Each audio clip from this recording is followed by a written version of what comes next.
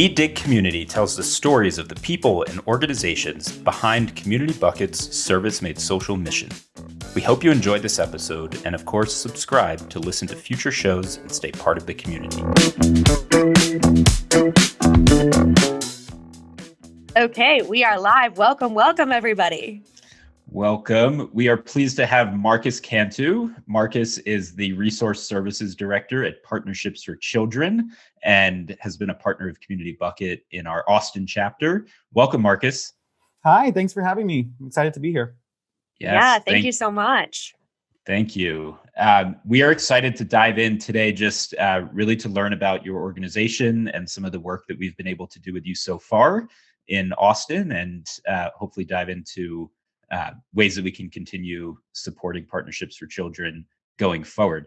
So just to start, Marcus, I think it would be great to get a high-level overview from you, just what Partnerships for Children does, what the organization is all about, and then we'll dive into some more specifics from there. Yeah, of course. So Partnerships for Children, it's a collection of programs really, and it's grown a lot. I've been here for about 10 years now. And really our whole mission is to support children and families who are connected to Child Protective Services. It's the foster care system that we call here in Austin. So we do, really a gamut of programs. The resource services side, that I work in, we do the Rainbow Room, which is a resource center for children once they're removed from their home, or even if they're still with their families and maybe they just need a few items to make ends meet.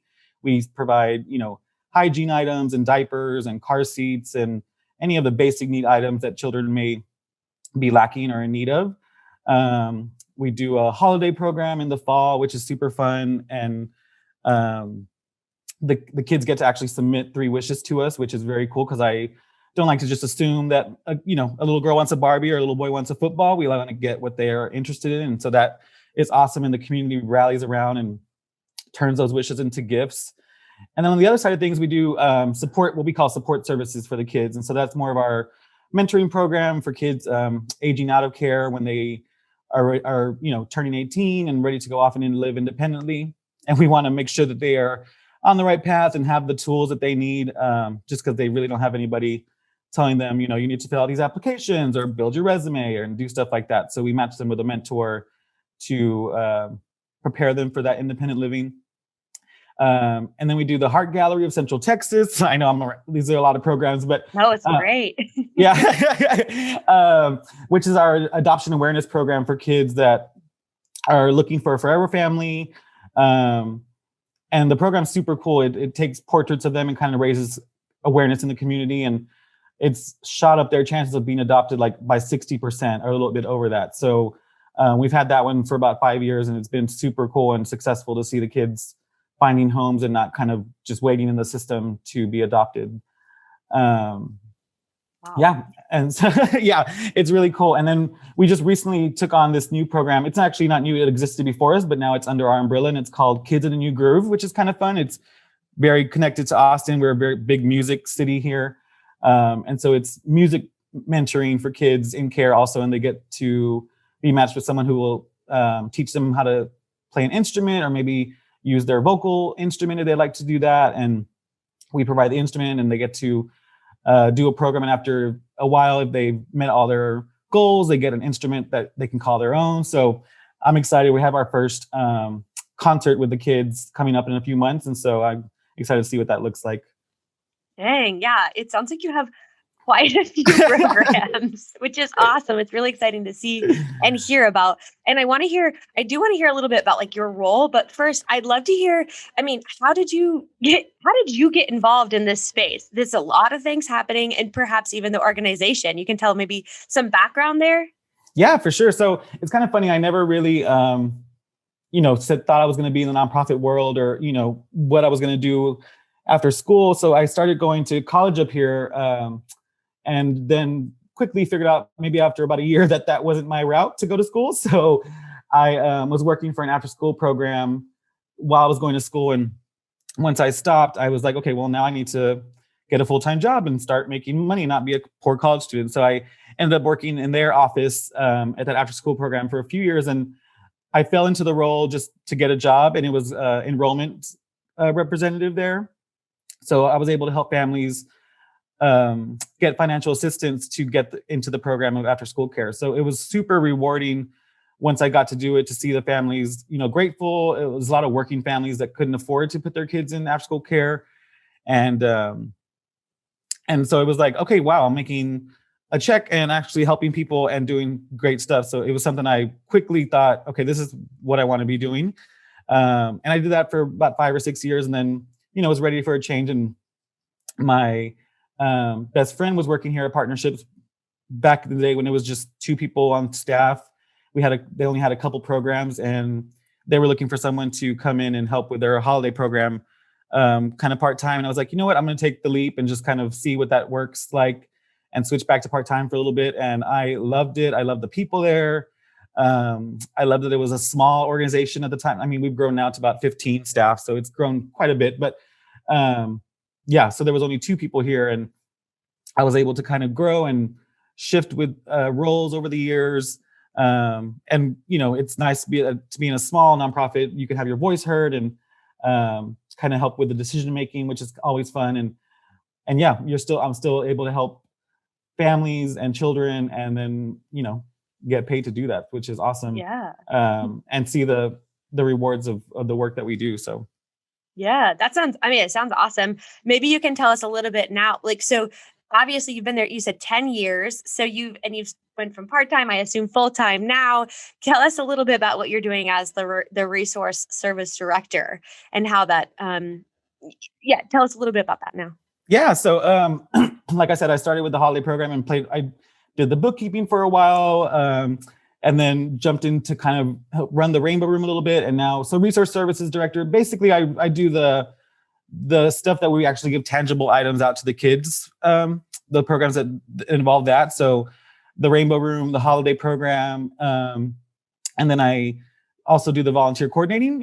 Nonprofit world, you wear a lot of different hats, which I enjoy because it's not the same thing all the time. You get to meet a lot of different people. And really my role is to go out into the community and spread the word about our mission, get people interested in helping. Maybe they haven't heard about Child Protective Services or the youth that we serve, and rally up donations, get the word out, and then, make sure that the program, they're running well, and the Rainbow Room is always stocked and ready to go for the kids. And just make sure that everything's kind of running smoothly in those 2 areas, and then help provide input to other areas and spread the word on those programs as well, the support services side of things. So great. Yeah. Marcus, I think you tell me, I believe it was in the Rainbow Room, but it might have been something different that when our group showed up to volunteer with you all back, God, it was before the pandemic, so it seems like forever ago. But can you maybe talk a little bit about how we were able to volunteer with you all, and kind of what that experience like from your side of things in terms of how that supports that program?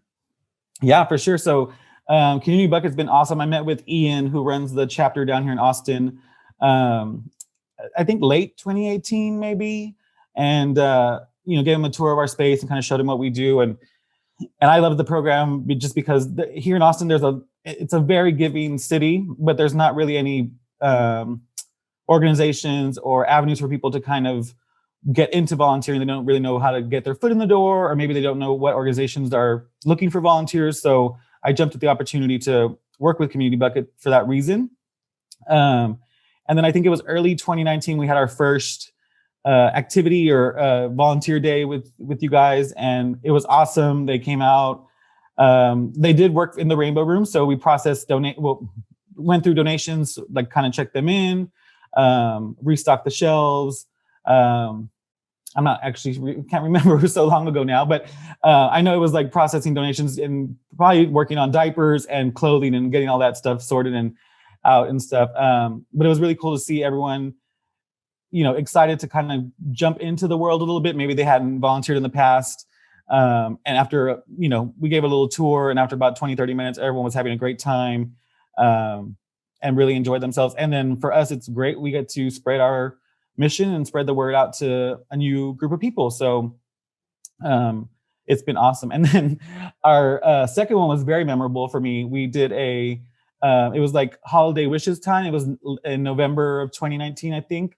Well, no, I know, because we have a warehouse that we store all of our inventory for the Rainbow Room in, and it usually runs the holiday program. And that year, the building manager decided to do a reconstruction of the warehouse, which was awesome for us because we didn't used to have air conditioning or walls, but they closed it off. And I know it sounds weird, walls that weren't finished off, rather. It was just exposed insulation and, an exposed roof and stuff like that. So it was cool to get the space finished out and get some AC. I don't know if y'all are familiar with the heat down here, but it can be pretty bad. Yeah. So we would kind of avoid working there in the summer in the afternoons. But anyway, so we had to move it's an 8,000 square foot warehouse. We had to move all of our inventory out of there. And we got a warehouse rented down the street. And so Community Bucket, I was like, okay, we're going to get 2 trucks. And Ian was great. He was a trooper and to do this. So we split up the group into 2 teams. One was at the new location, one was at the old location. And we just had moving trucks that we had rented, sending all the stuff. And so they helped pack everything up and unloaded our new location. So it was a fun experience, to say the least. And then it actually ended up working out great because the space we used that year for Holiday Wishes was a lot bigger than we typically had. And now we don't even do Holiday Wishes in our warehouse because we've outgrown it. And each year we rent out of space. So it was a learning experience. And Community Bucket was awesome and helped, just, was super flexible and jumped right in. And nobody had any qualms about doing any, heavy lifting and stuff like that. So it's been awesome, our experience. And, since the pandemic hit, we haven't really been able to do much. They did help with some diaper drives and did some stuff remotely for us, which was great and a great way to keep everyone engaged and keep our programs running. But hopefully now soon we can kind of open back up and start getting groups back in and, get back to some, whatever normalcy looks like now after all this. Yeah, I know we are looking forward to getting back there and doing more of that in-person volunteering. But happy that we were still able to support through the pandemic with those drives and things like that. So Marcus, I wanted to circle back. You made a point about how when volunteers come in, it's also a chance for you to spread just the mission of the organization and grow that awareness. So I would love to know from you, because I think a lot of people listening to this may not even be aware of some of the challenges and issues that, unless they're familiar with the foster care system, both in Austin, and it probably translates to a lot of cities where we operate. But just anything that you can share in terms of like what those problems are that Partnerships for Children and other great organizations are addressing, just to help kind of paint that picture of like how big of a need this is. And specifically in Austin, I suppose. Yeah, sure. Wow, where do I begin with that? No, I'm just joking. The CPS system, it's a CPS, Child Protective Services, is run by the state here in Texas and in Austin. And so and really what we've faced in the past few years is a lot of poverty that we deal with. It's super expensive to live here right now. It's a big, a lot of people are moving here and it's just getting more and more expensive and harder for our families to make ends meet. It's like, if you're not on the richer side, you're on the poorer side in Austin. It's the middle ground is going away quite a bit. So one of the challenges that we see quite often is, the state defines removing a child by them experiencing abuse or neglect. And I would say like 90% of the cases that we see are considered neglect in the sense that it's more of like a poverty thing. There's not really abuse in the home. They're not intentionally, not feeding their kids, or, it's a lot of working 2 or 3 jobs, trying to make ends meet and still not able to do that and keep the lights on or provide food. So a couple of things we've done is expanded the Rainbow Room, not to just provide basic need items, but also we started an initiative to do bill pay for these families where there is no abuse or neglect really that exists. It's more just trying to make ends meet. So we'll we can pay your rent this month and you can get back on your feet. Especially, I mean, it happened a lot through the pandemic with everyone losing childcare, and a lot of our families worked in, in places that got shut down.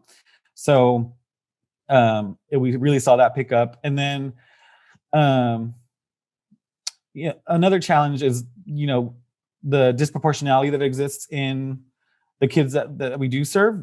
Austin's population is majority a white population, but if you look at the population of the children in care, it's majority Hispanic or Black children, which is something that we've been trying to focus on and see, like, what can we do as an organization? We don't have a lot of control over the system, that is run by the state, but what resources or programs can we put into play that would assist these families and try and move the needle in the direction to make sure that isn't the case. So yeah, there's always challenges that we face, but I go back to Austin is such a great community. It's always looking to give back, and our supporter base is wonderful. I mean, they jump in. If we tell them we need, X, Y, or Z, they're ready to be right there and kind of support us and support the families that we serve. One of the challenges that we've been facing the past maybe 5 or 6 months, and you may have heard about this in the news, it's called Children Without Placement. Over the pandemic, the state lost, I think, like 1,000 placements, or what we call placements. It's, foster homes or treatment centers where the children would stay. And so now the children are just staying in the CPS offices, which is not ideal. Some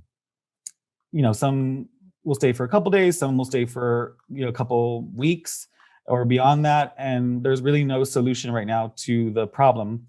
And so us as a nonprofit, we wanted to react and jump in, and so we've kind of done our best to make sure that those kids are wrapped around with support, from turning their offices into like makeshift bedrooms, to trying to provide fun activities for the kids to do, and really just be there to let them know, hey, we're not just throwing you in an office. We're gonna make it the best that we can out of out of a bad situation.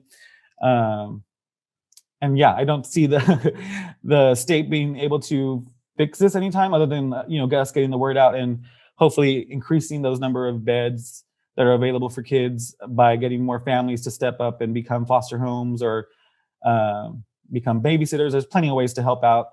But yeah, so that's been like one of the bigger challenges that unfortunately came out of the pandemic, that we have had to kind of react to and see what the best way we could help with.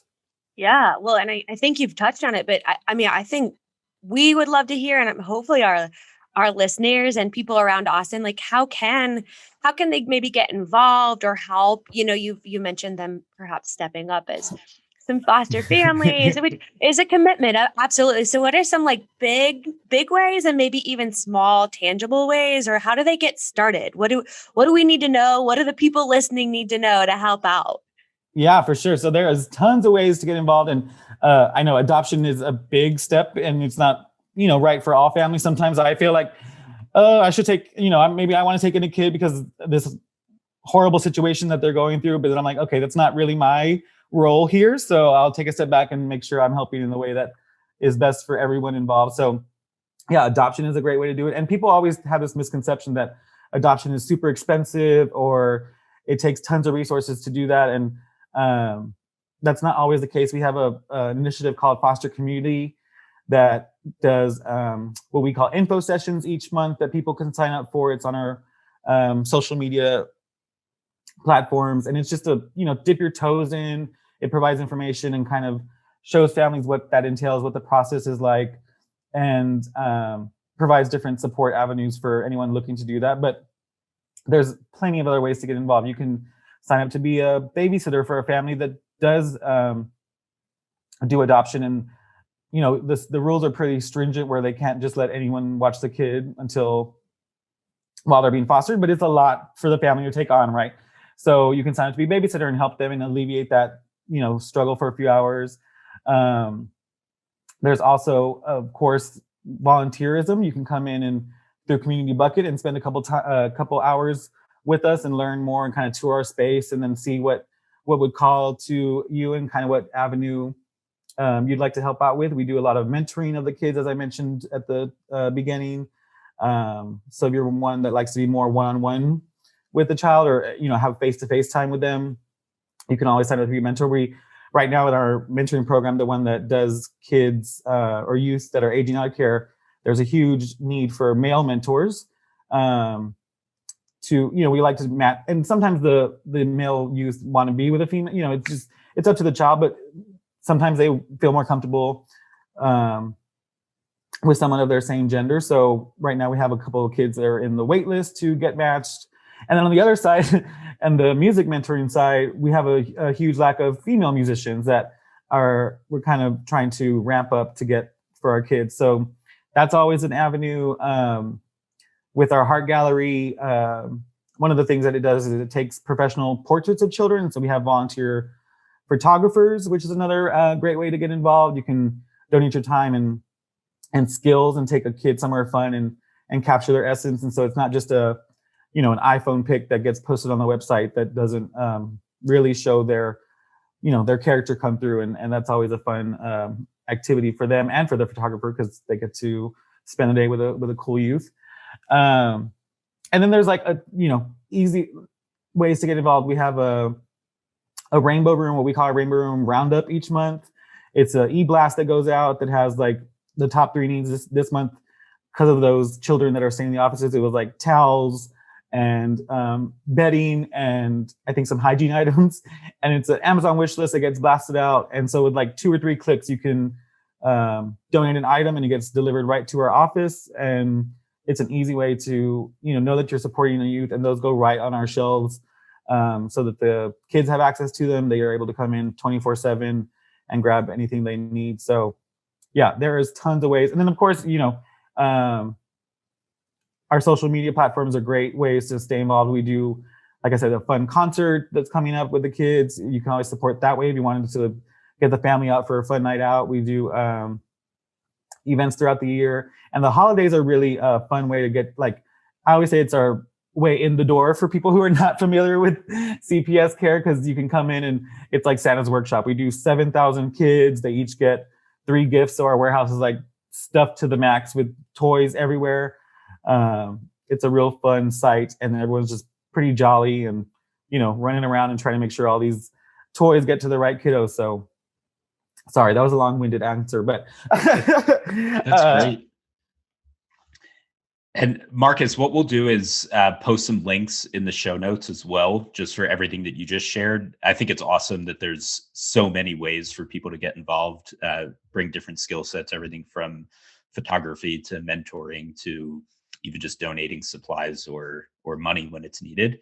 And it's evident from this conversation that this is both a huge issue in Austin, and everybody's very fortunate that Partnerships for Children is doing the great work that you're doing, and really helping provide better opportunities for all these youth that are in need. So keep up the good work there, and we are pleased to continue supporting and partnering with you all. So just to wrap up, many more questions that we would love to get into, but for purpose of time, we will wrap up here. And we always like to end with one question, which is, so we, as the name implies, are all about community. We dig community. We love it. JC and I both, it's a huge passion of ours. But for you, Marcus, just something in your life, what is it that you dig to leave our listeners with?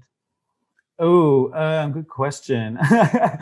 Right now, I'm on a huge Bravo kick. So I would say I dig Bravo. It's my nightly routine to get through the end of the day and just kind of pop it on. And it's a easy, mindless, fun shows that, after working and kind of doing the work we do, it could be a little draining or exhausting at times. So yeah, I like to come home and put on some mindless TV, grab a beer and some dinner at the end of the day. And really digging Bravo right now. Nice. Well, for the work you're doing, I think you deserve that. And it's a great way to wrap up the day. So with that, Marcus, thank you again for joining us. Everybody listening who's in Austin, go support Partnerships for Children. As I mentioned, we will be posting those links here to figure out exactly how to go do that. And we look forward to getting out and volunteering with you again soon, Marcus. Awesome. Thanks for having me, you guys. Yeah, thank you. See you.